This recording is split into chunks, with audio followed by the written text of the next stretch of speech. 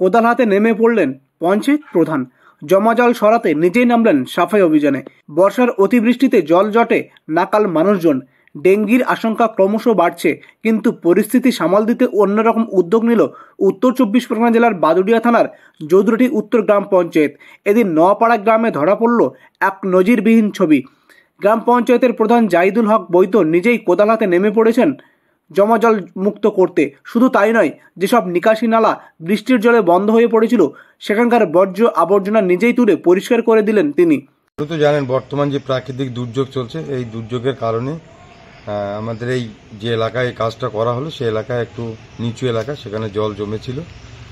তো আমরা খবর পেয়ে সেখানে যেয়ে সেই জলটাকে পাস করে দেওয়ার জন্য এই কাজগুলো করা হচ্ছিল। গ্রাম পঞ্চায়েতের যে ভিসিটি এরা আছে তাদেরকে নিয়ে নিজে আমি কোদাল দিয়ে বা হাত দিয়ে এই জঞ্জালগুলো পরিষ্কার করে জলটাকে বার করে দেওয়ার চেষ্টা করেছি।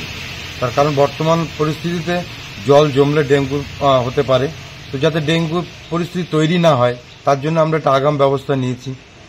আর আমি নিজে কাজ করেছি এই কারণে, বর্তমানে আমাদের চাষি এরিয়া, এখানে মজুরি পাওয়া এখন খুব কষ্ট। পাট ধোয়ার কাজ চলছে, ধান ধোয়ার কাজ চলছে। তো সেক্ষেত্রে তাদের অপেক্ষা না করে আমি নিজেই পঞ্চায়েতের ভিসিটি নিয়ে এই কাজটা করেছি, যাতে এলাকাবাসী ভালো থাকে, সুস্থ থাকে। একদিকে জেসিবি এনে বড় মাপের নিকাশির কাজ চলছে, অন্যদিকে প্রধান নিজে হাতে লাগিয়েছেন পাড়ার অলিগলিতে। সাধারণ মানুষের চোখে পড়েছে এমন বিরল দৃশ্য। নেতৃত্ব নয়, পাশে দাঁড়ানোর বার্তা দিচ্ছেন পঞ্চায়েত প্রধান। এতে যেমন বাড়ছে মানুষের আস্থা, তেমনি তৈরি হচ্ছে অনুকরণীয় দৃষ্টান্ত। স্থানীয় বাসিন্দারা জানাচ্ছেন, এমনভাবে কোনো জনপ্রতিনিধিকে আগে দেখেনি। উনি শুধু অফিসে বসে নির্দেশ দেন না, মাঠে নেমে কাজ করেন। এই উদ্যোগ পাড়া জুড়ে ছড়িয়েছে প্রশংসার সুর। জল জমেছে, প্রধান এসে কোদাল দিয়ে ড্রেনটা পরিষ্কার, ময়লা আবর্জনা পরিষ্কার করে দিয়েছে। আমাদের এখানে আর জল জমবে না, ডেঙ্গু হবে না। আমাদের প্রধান খুব ভালো, এরকম প্রধানই আমি চাই। নর্দমার পাশ ঘেঁষে জমে থাকা প্লাস্টিক ও ময়লা পরিষ্কারে বাড়তি গুরুত্ব দেওয়া হয়েছে। পাশাপাশি সচেতনতামূলক প্রচারও চালাচ্ছেন পঞ্চায়েত কর্মীরা, যেন কেউ আর বর্জ্য না ফেলে নিকাশি নালায়। ডেঙ্গির উৎস বন্ধ করতে প্রতিটি ঘরে ঘরে নজরদারি চালানোর সিদ্ধান্ত নেওয়া হয়েছে।